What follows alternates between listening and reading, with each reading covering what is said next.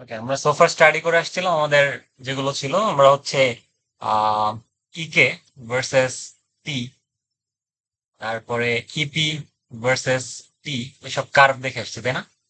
এসব কার্ভ আমাদের শেষ। তো আজকে আমরা যেটা করব, আমরা হচ্ছে আজকে আমাদের ক্লাস, আজকে হচ্ছে আমরা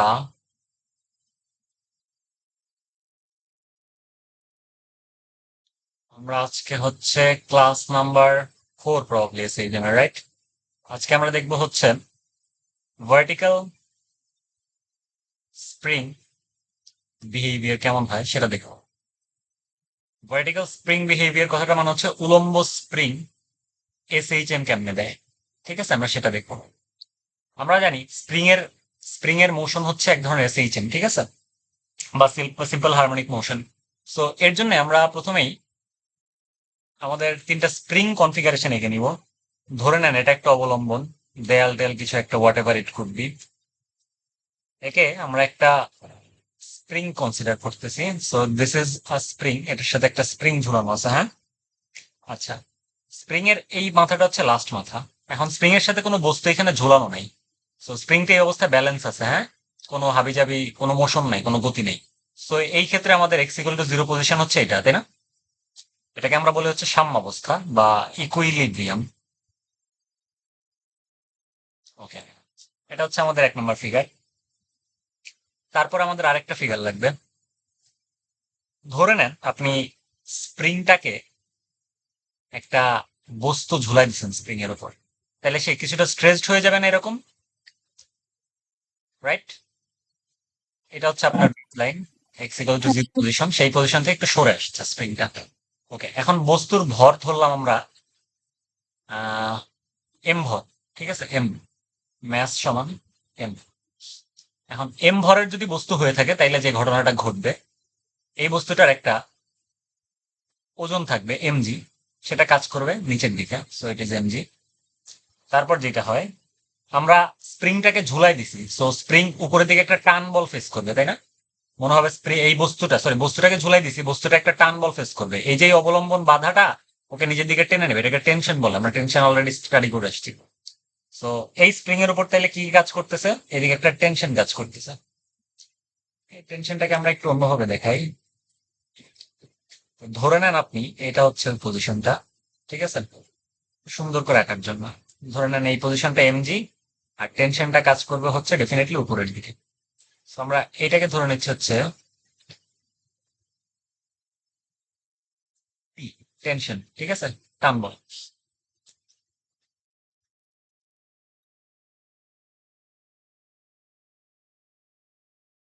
এটা হচ্ছে পি, গেল। হচ্ছে এই পর্যন্ত নর্মাল, এটা হচ্ছে নর্মাল কনফিগারেশন। তো স্প্রিংটা স্ট্রেচ হয়ে গেছে অলরেডি, রাইট? স্প্রিং যে পরিমাণ স্ট্রেচড এখানে হয়েছে, বা আসলে যতটুকু প্রসারিত হয়ে গেছে, এটাকে আমরা একটা মার্কডাউনে রাখতে চাই। ধরে নিচ্ছে আমাদের মার্কডাউনটা হবে এই জায়গায়। স্প্রিং এতটুকু জায়গা সরে আসছে অলরেডি বস্তু ঝুলানোর পর, তাই না? এই দূরত্বটাকে আমরা একটা নাম দিই, সেটাকে আমরা বলি ই, ঠিক আছে? গেল। এই পর্যন্ত হচ্ছে আমাদের ই ছিল।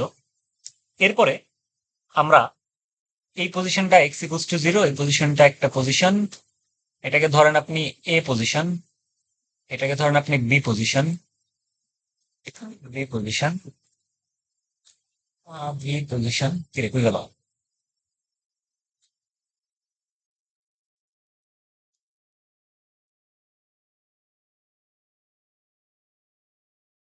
এটা হচ্ছে আমাদের B position. Okay, B position গেল।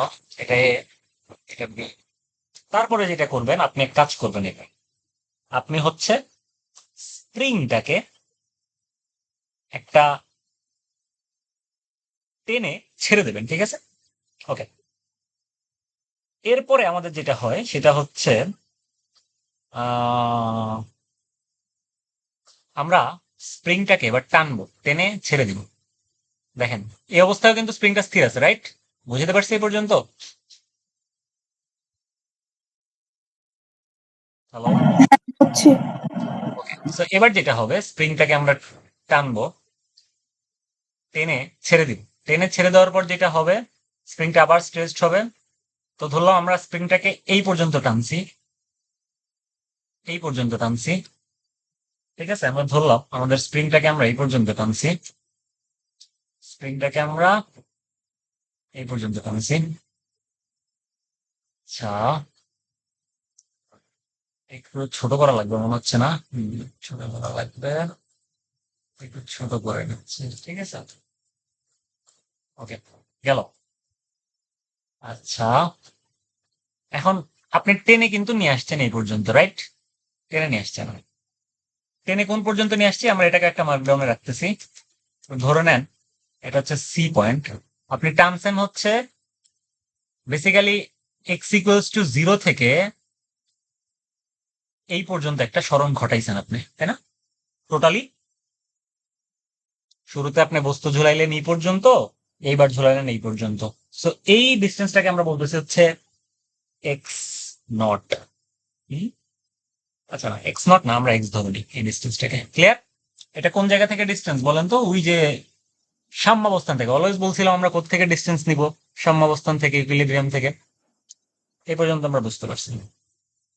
এখন দেখেন, এই স্প্রিংটা, এই বস্তুটা স্প্রিং এ ঝুলানো, সে যখন বি পজিশনটাতে আছে, এই অবস্থায় এই বস্তুটাকে স্থির আছে না? ও তো কিন্তু মুভ হুম করতেছে না, ওকে আমরা টানি নাই। সো স্থির যেহেতু আছে, তার মানে এই পজিশনটার এই বস্তুর উপরে নিট ফোর্স হচ্ছে 0, right? 0। So F net on position B, সেটা হচ্ছে 0, যেহেতু বস্তুটা স্থির আছে। So F net equals to 0।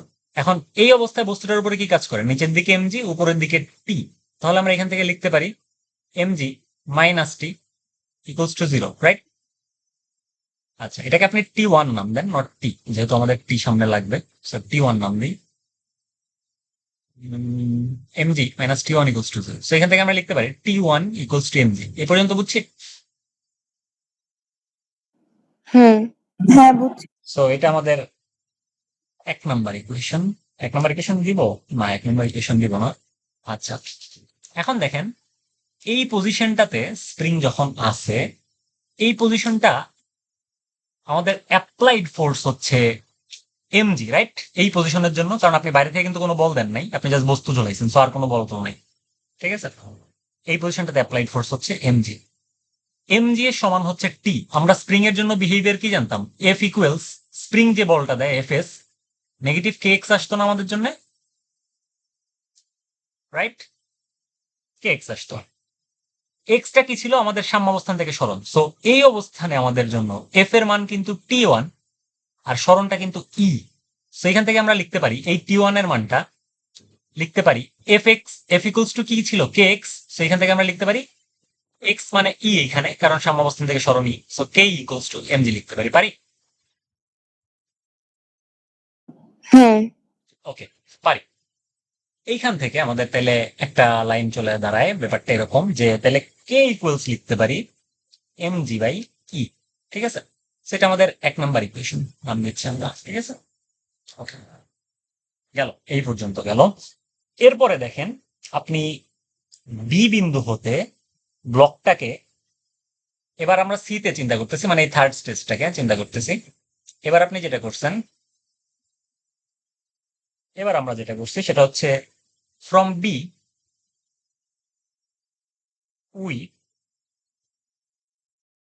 Pool the mass, আমরা টান দিই অ্যান্ড লিভ ইট। এটাকে আমরা টেনে ছেড়ে দিলে কি হবে? এটা একটা এসএইচএম দিবে, রাইট? তখন কি দাঁড়াবে? দেন দিস স্প্রিং এসএইচএম দিবে, তাই না? Gives SHM at x amplitude, right? দেখেন, বুঝেন কিনা? কেমনে এসএইচএম দিবে? আমরা যদি এই ফিগারটাকে একটু কপি করে নিয়ে আসি। আপনি কি করলেন? আপনি হচ্ছে এখান থেকে বস্তুটাকে টেনে ছেড়ে দিলেন, মানে বি পজিশন থেকে নিয়ে আসছিলাম। এই যে এই পজিশনটা ছিল হচ্ছে আমাদের বি পজিশন, এই পজিশনটা সি পজিশন, আপনি টেনে ছেড়ে দিলেন, তো স্প্রিংটা কি করবে? বি পজিশন ছিল না, সরি, এটা ছিল আমাদের সাম্য অবস্থান পজিশন, তো মনে হয় না এটা আমাদের সাম্য অবস্থান ছিল প্রবাবলি, এক্স ইকুয়ালস টু 0। টেনে যখন ছেড়ে দিবেন তখন এই স্প্রিংটা সাম্য অবস্থানে এই বিস্তারে, এক্স এর মানের বিস্তারে এরকম এসএইচএম দিয়ে থাকবে না?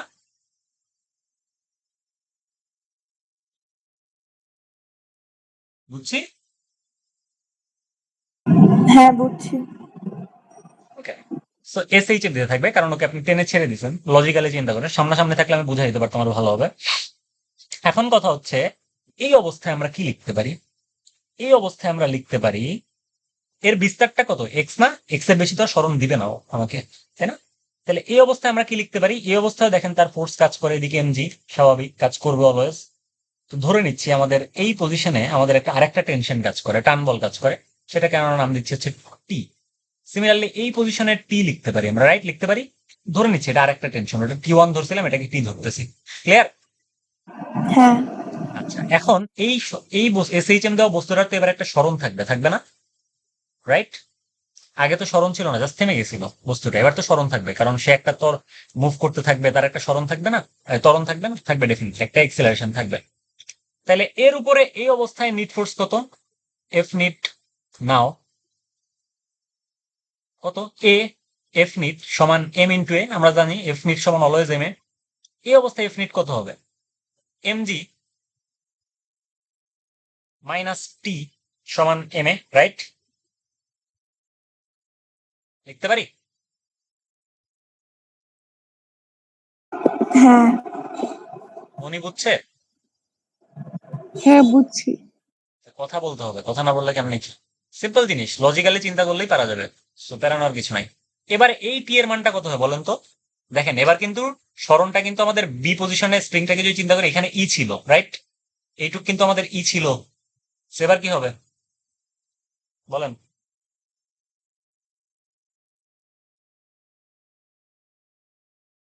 বলেন বলেন বলেন।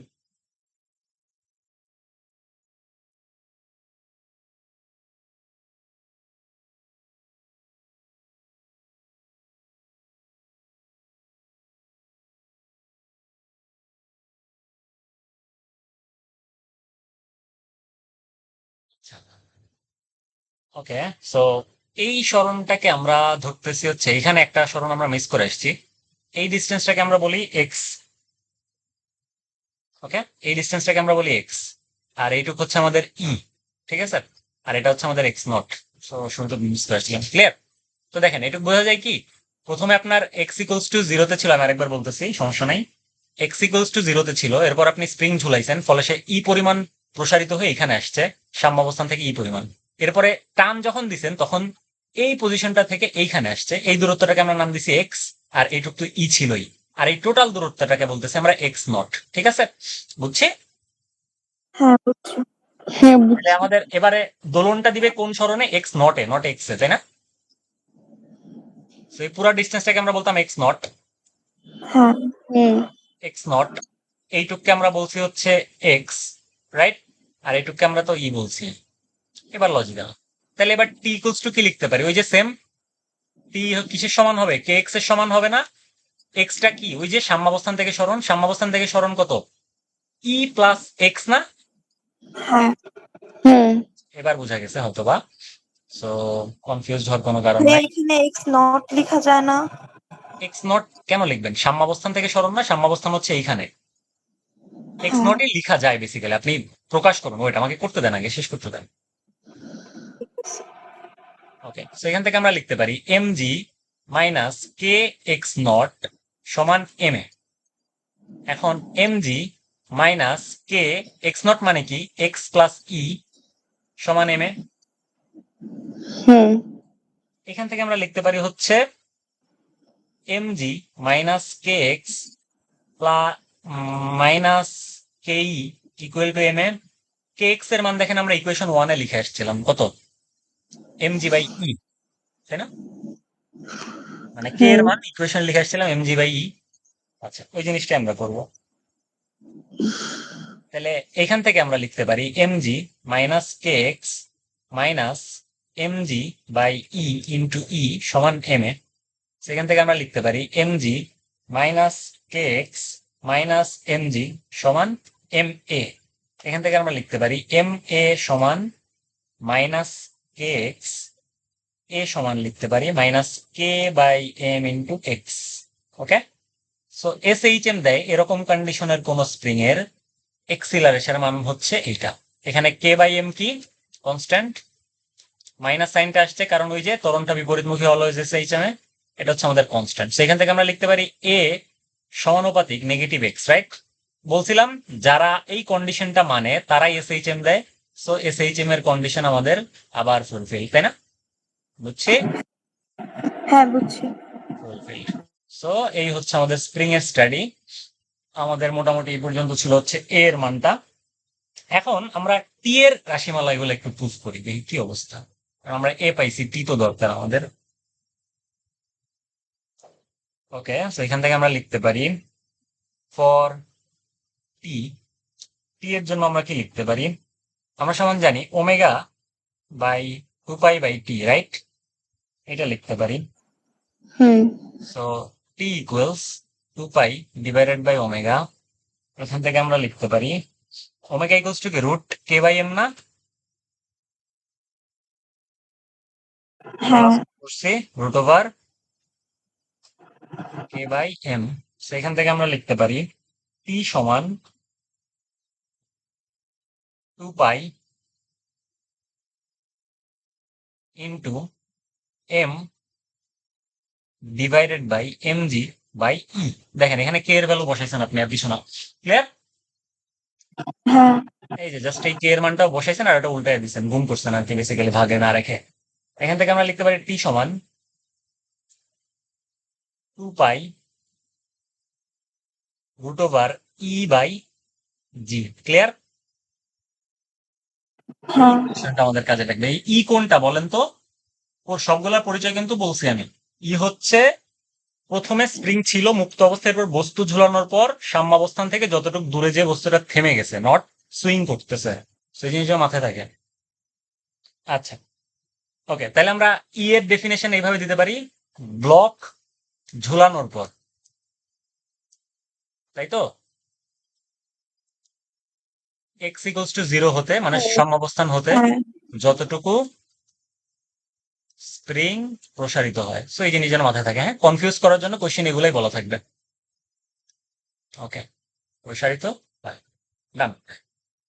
এখন আমাদের একটা পার্ট বাকি আছে, সরল দোলক। এই জিনিসটা আমি পড়াইতে চাচ্ছি না এখনই। সরল দোলকটাকে এখন পড়াবো, আপনারা কি পারবেন? মনে হয় না পারবেন। সরল দোলকটা আমি হয়তো পরে পড়াবো।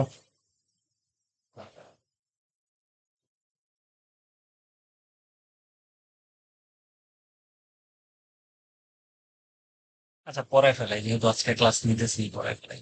ওকে, আচ্ছা, আমরা আমাদের ওই যে একটা টপিক দেখছেন না, আপনারা বললেন যে সেকেন্ড দোলক, টিমি, পাহাড় টাহাড়, কয় সময় হারানো, এই সে বক্কর চক্কর। হ্যাঁ। তো ওই টপিকটা স্টার্ট করতেছি। সো SHM এখান থেকে কোয়েশ্চেন আসে সবচেয়ে বেশি ফর সিম্পল পেন্ডুলাম, সরল দোলক।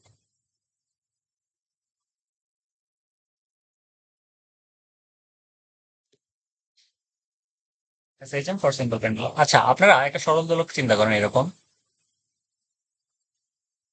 এরকম একটা সরল দোলক, ঠিক আছে? এটা হচ্ছে তার একটা অবস্থান, এটা হচ্ছে একটা পজিশন। ধরলাম আমাদের একটা বস্তু ঝোলানো আছে এম ধরের, এটা কি করতেছে? সুইং দিচ্ছে, একবার এইদিকে একবার এইদিকে। সো এটা একটা SHM, আমরা জানি, তাই না? ওকে, সেটা একটা হ্যাঁ। SHM। এই সরল দোলকটার জন্য আপনার এই যে সুতাটা ইউজ করা হয়েছে, এই সুতার দৈর্ঘ্য হচ্ছে l. So l equals to length of that rope. হ্যাঁ, আচ্ছা, বস্তুর ভর হচ্ছে m, m equal to mass of that object, যেটা ঝুলতেছে। ক্লিয়ার? আচ্ছা, কখনো কখনো এই সরল দোলকের এখানে ব্যাসার্ধ দেয়া থাকবে, তখন কিন্তু লেংথে এটা অ্যাড হবে। হ্যাঁ, ঠিক আছে? হ্যাঁ। ওকে, সো গেল এই পর্যন্ত। তারপরে আমাদের কাছে যেটা ছিল সেটা হচ্ছে, ওকে, এই অবস্থানে বস্তুটাকে আমরা একটু অ্যানালাইজ করি, দেখি কি অবস্থা। এটাকে আমরা একটু সিলেক্ট করে নিয়ে আসি মাঝখানে।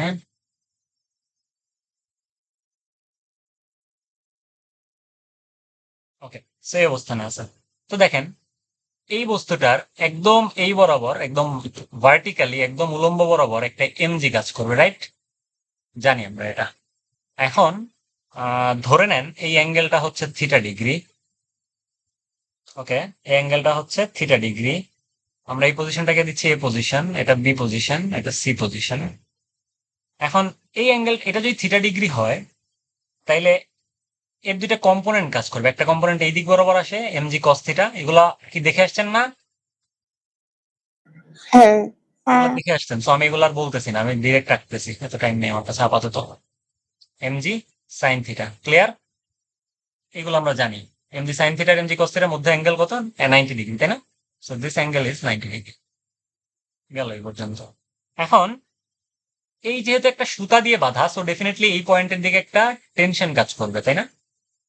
টান বল কাজ করবে। সো এই টান বলটাকে আমরা নাম দিচ্ছি হচ্ছে এরকম TW। হ্যাঁ, TW, TN দিই, TN না, TW না, TN দিই। কোনো সমস্যা নেই। এখন দেখেন এটা কিন্তু ঝুলতেছে, দোলকটা দোলকটা কিন্তু বেসিক্যালি দুলতেছে। হ্যাঁ, তাহলে এ থেকে যখন বেসিক্যালি সি বিন্দুতে পৌঁছায় আমাদের বস্তুটা, মানে এ থেকে তো না, মানে বি থেকে, মানে বি থেকে সিতে, এই পজিশনটা তো আমাদের x=0, রাইট? গেল এই পর্যন্ত। তো দেখেন এই যে এই অবস্থায় এই অ্যাক্সিস বরাবর বস্তুটা কি মুভ করতেছে? এই অ্যাক্সিসের দিকে কি বস্তুটা মুভ করতেছে? করতেছে না। তাহলে এই অ্যাক্সিসের নেট ফোর্স কত? শূন্য না? F net towards MG cos θ, মানে এমজি cos θ যেদিক কাজ করে এই দিকে নেট ফোর্সের মান হচ্ছে 0। সেটাকে আমরা লিখতে পারি টিএন মাইনাস এমজি cos θ সমান 0, রাইট? টিএন সমান লিখতে পারি হ্যাঁ, এমজি cos θ, পারি আমরা, তাই তো? হ্যাঁ, যেহেতু ওইদিকে কোনো মুভমেন্ট নাই, তার মানে এই অ্যাক্সিসে কোনো মুভমেন্ট নাই, তার মানে এই অ্যাক্সিসে বরাবর হচ্ছে নেট ফোর্সের মান শূন্য। এগুলা যদি আমি নিউটনিয়ান পড়াইতে পারতাম আপনাদের, নিউটনিয়ান মেকানিক্স, তাহলে আসলে অনেক ভালোভাবে বুঝতেন। তো আমি জানি না আপনারা কি পড়ে আসছেন এতদিন, কার কাছে বা কোথায় কি শিখছেন, I don't know, but this is how it works actually. এগুলো আমি শেখাই আমার স্টুডেন্টদেরকে নিউটনিয়ানে। ওকে, আচ্ছা। এখন তাইলে বলেন এই দুইটা বল তো একজন আরেকজনের ক্যান্সেল আউট করে দিতেছে, তাই না? যেহেতু দুইটা সমান এবং দিক বিপরীত, রাইট? হ্যাঁ, ওকে, এই দুইটা বল একজন আরেকজনের ক্যান্সেল করে দিতেছে। তাইলে এই সিস্টেমের মধ্যে কোন বলটা অ্যাকচুয়ালি বেঁচে থাকে? এমজির তো আর দরকার নাই, এমজির দরকার নাই, এমজি কস থিটার দরকার নাই, টিএন এরও দরকার নাই, তাহলে বেঁচে থাকে এমজি সাইন থিটা, থাকে না জাস্ট? হ্যাঁ, থাকে না? হ্যাঁ, okay, so just m g sine theta থাকে। সো আমরা লিখতে পারি m g sine theta is the force, এটা কিন্তু অনেক ইম্পর্টেন্ট, হ্যাঁ, that causes the pendulum to swing, তাই না?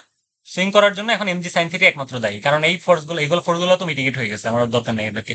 এমজির তো দরকার নাই, বিকজ একে আমি ভেঙে ফেলছি। So MG cos theta TN mitigate হয়ে যাচ্ছে জাস্ট এই ফোর্সটার কারণে, রাইট? তাইলে এখন এই সিস্টেমের জন্য আমরা এফ সমান লিখতে পারি এমজি সাইন থিটা, রাইট? ওকে, এফ সমান লিখতে পারি এমজি সাইন থিটা, কারণ কি ওই যে আমরা লিখতাম এফ ইকুয়ালস টু ওই ফোর্সটা যার জন্য সুইং করতো, right? F equals to negative K x লিখতাম আমরা বেসিক্যালি, ওই জিনিসটাই লিখতেছি। তাহলে দেখেন এখানে কি আপনি এটা লিখতে পারবেন, নাকি আপনাকে একটা নেগেটিভ সাইন দিতে হবে সামনে? দিতে হবে না? হ্যাঁ, ওকে, তাহলে এখন এফ ইকুয়ালস টু আবার আমরা জানি এম এ, যে ত্বরণে সে মুভ করে, সো এম এ লিখি সমান negative m g sine theta লিখতে পারি। তো এখান থেকে আমরা লিখতে পারি a equals to negative g sine theta. এই প্রুফটা খুবই ইম্পর্টেন্ট, এই টাইপের ম্যাথ চলে আসতে পারে যে কোনো টাইমে, ঠিক আছে? A equals to negative sine theta, তার মানে এখানেও আমি প্রুফ করতে পারতেছি যে এ ঋণাত্মক টু সামথিং, রাইট? এই জি সাইন থিটা কিন্তু, এই যে সাইন থিটার ভ্যালু, এটা অ্যাকচুয়ালি স্মরণ নির্দেশ করে খুব স্মল স্কেলে, যাই হোক ওটাতে আমি যাচ্ছি না আপাতত। So this is also a conclusion, right, যে এসএইচএম এ এরকম হয়। আচ্ছা, যদি থিটাটা 0 থেকে 4 ডিগ্রির মধ্যে হয় তখন আমরা x equals to G theta লিখতে পারি, কারণ সাইন থিটা আর থিটা দুইটা সমান হয় যদি থিটার রেঞ্জ হয় 0 থেকে 4 ডিগ্রির মধ্যে। ক্যালকুলেটারে দেখবেন থিটা আর সাইন থিটার ভ্যালু সেম হয় যদি এই জিরোতে হয় এরকম। হ্যাঁ, x equals to G theta লিখতে পারি, ঠিক আছে। আচ্ছা, তো এখান থেকে গেল আমাদের এই পার্ট, সোফার এই পর্যন্ত। আচ্ছা, তো এখন আমাদের দেখেন এখানে একটা ত্রিভুজ ফর্ম করতেছে না এই জিনিসটা, এরকম একটা ত্রিভুজ ফর্ম করতেছে না, এ হ্যাঁ বি সি কাইন্ড অফ। এটা হচ্ছে আমাদের থিটা, এটা কি আমাদের সুতার দৈর্ঘ্য না? এই জিনিসটাকে যদি আমরা সরণ এক্স ধরি, এটা আমাদের সুতার দৈর্ঘ্য, রাইট? হ্যাঁ আচ্ছা, তাহলে আমরা ওই যে আমাদের সার্কুলারের একটা সূত্র ছিল না, S equals to R theta লিখতে পারতাম। এই যে এই ডিস্টেন্সটাকে আমরা কি লিখতাম? আর থিটার সমান, মনে আছে? ক্লাস 9-10 ছিল, ওই যে বৃত্তকলার অংশ না কি যেন বলে, তো ওইটা হ্যাঁ এরকমই কাইন্ড মনে অফ। আছে। তো এখান থেকে আমরা আমাদের যে মুভমেন্ট এস এর মান অর্থাৎ এক্স এর মান, এস এর মান কি একটু চেক করে নেই।